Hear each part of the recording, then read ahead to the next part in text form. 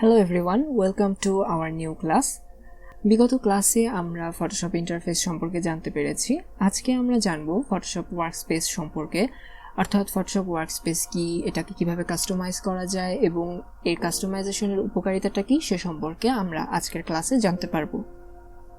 তো ওয়ার্কস্পেস বলতে যে জিনিসটা সেটা হচ্ছে যে আমরা ফটোশপে কোনো একটা ফাইল বা কোনো একটা ছবি ওপেন করার পরে যে কাজ করার ক্ষেত্রটা পাচ্ছি, এই যে কাজ করার যে ক্ষেত্রটা, এই পুরোটাই হচ্ছে ফটোশপের ওয়ার্কস্পেস।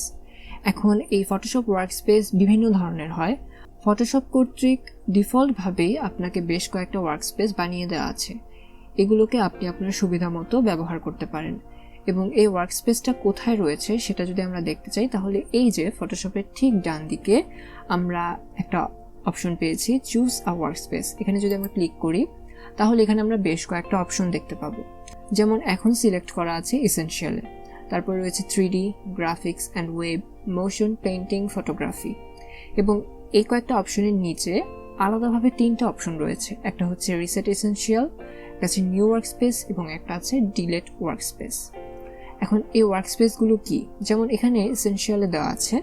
এসেনশিয়ালে দেওয়ার পরে আমরা এই ধরনের একটা ওয়ার্কস্পেস পাবো, যেখানে আমরা হাতের ঠিক বাম দিকে টুল বক্সগুলোকে দেখতে পাচ্ছি এবং এখানে বেশ কিছু টুলস সাজানো রয়েছে।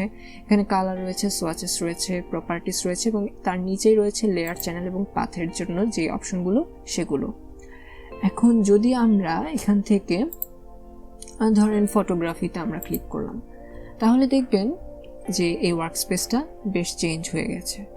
কীরকম চেঞ্জ হয়েছে সেটা যদি আমরা খেয়াল করি, এখানে কিন্তু এসেনশিয়ালে ছিল কালার।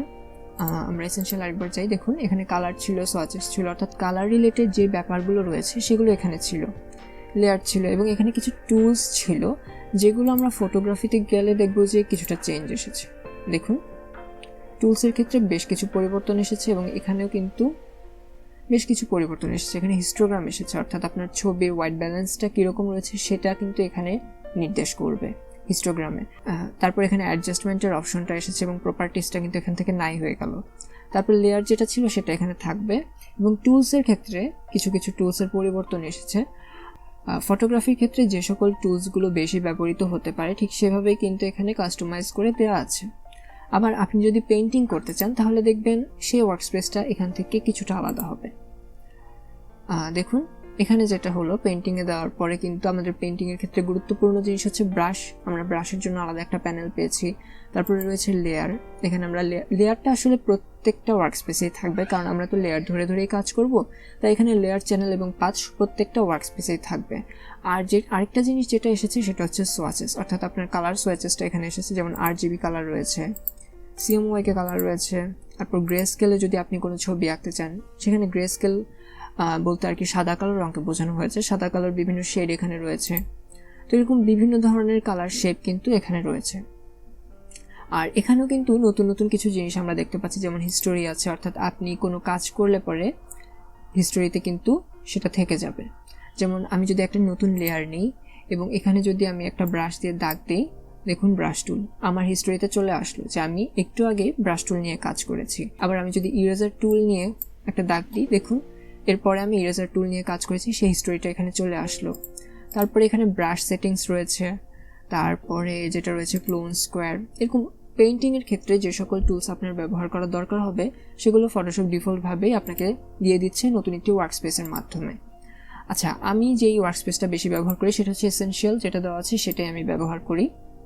আমি লেয়ারটা ডিলিট করে দিই। এসেনশিয়ালে ওয়ার্কস্পেস ব্যবহারের সুবিধাটা কি সেটা আমি বলি। এখানে প্রত্যেকটা টুলসই কিন্তু রয়েছে, কিন্তু টুলসগুলো ভিতরে হিডেন রয়েছে।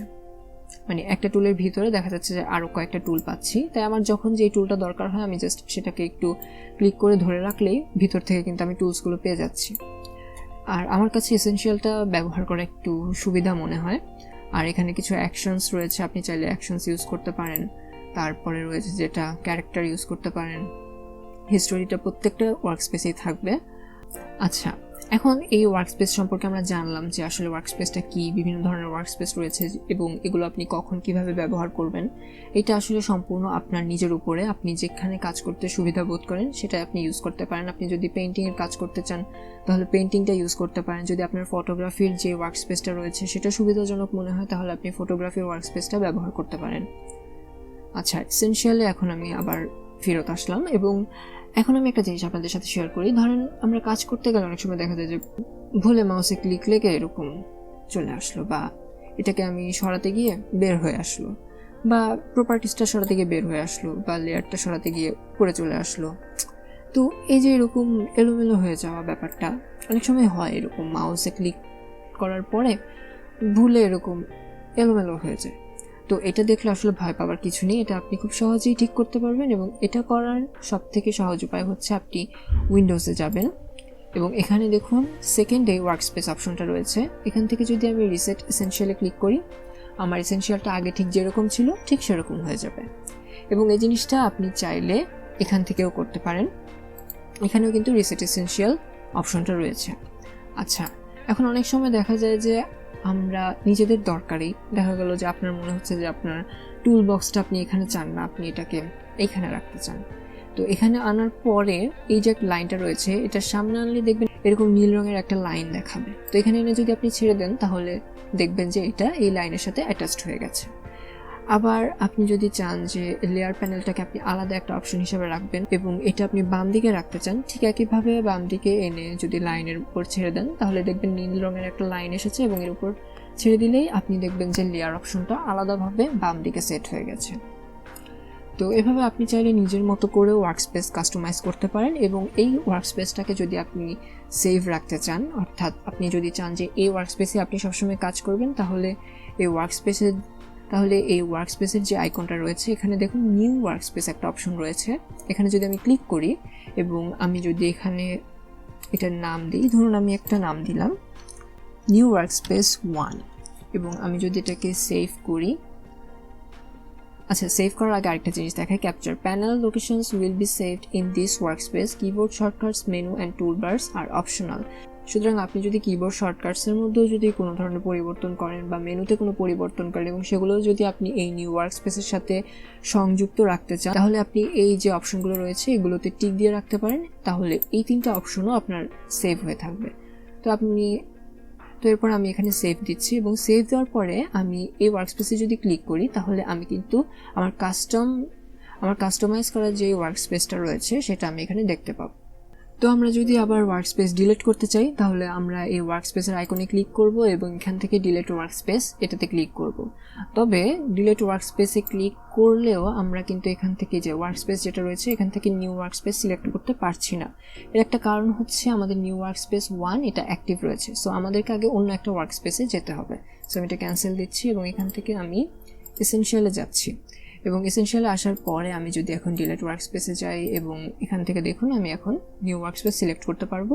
দেন আমি ডিলিটে ক্লিক করব এবং আপনাকে জিজ্ঞাসা করা হবে আরেকবারের জন্য যে আপনি কি আসলে এটা ডিলিট করতে চান কিনা, আপনি ইয়েস দিবেন এবং দেখুন ওয়ার্কস্পেস থেকে নিউ ওয়ার্কস্পেস 1 যেটা আমরা একটু আগে ক্রিয়েট করেছিলাম সেটা ডিলিট হয়ে গেছে। সো এইভাবে আপনি চাইলে খুব সহজেই কিন্তু বিভিন্ন ওয়ার্কস্পেসে এক্সপ্লোর করতে পারেন এবং নিজের মতো করে ওয়ার্কস্পেস সাজিয়েও সেখানে কাজ করতে পারেন। এটা সম্পূর্ণই আপনার নিজের সুবিধার উপরে ডিপেন্ড করবে আপনি কোন ওয়ার্কস্পেস নিয়ে কাজ করতে চান এবং কিভাবে ওয়ার্কস্পেস সাজাতে চান। তো এই ছিল আমাদের ফটোশপের ওয়ার্কস্পেস বিষয়ক বিস্তারিত আলোচনা। আশা করি আমরা সবাই ওয়ার্কস্পেস সম্পর্কে ভালো মতো বুঝতে পেরেছি যে ওয়ার্কস্পেস কি এবং ওয়ার্কস্পেস নিয়ে কিভাবে কাজ করতে হয়। পরবর্তী ক্লাসে দেখা হবে নতুন কোনো টপিক নিয়ে। সে পর্যন্ত ভালো থাকুন, সুস্থ থাকুন। আল্লাহ হাফেজ।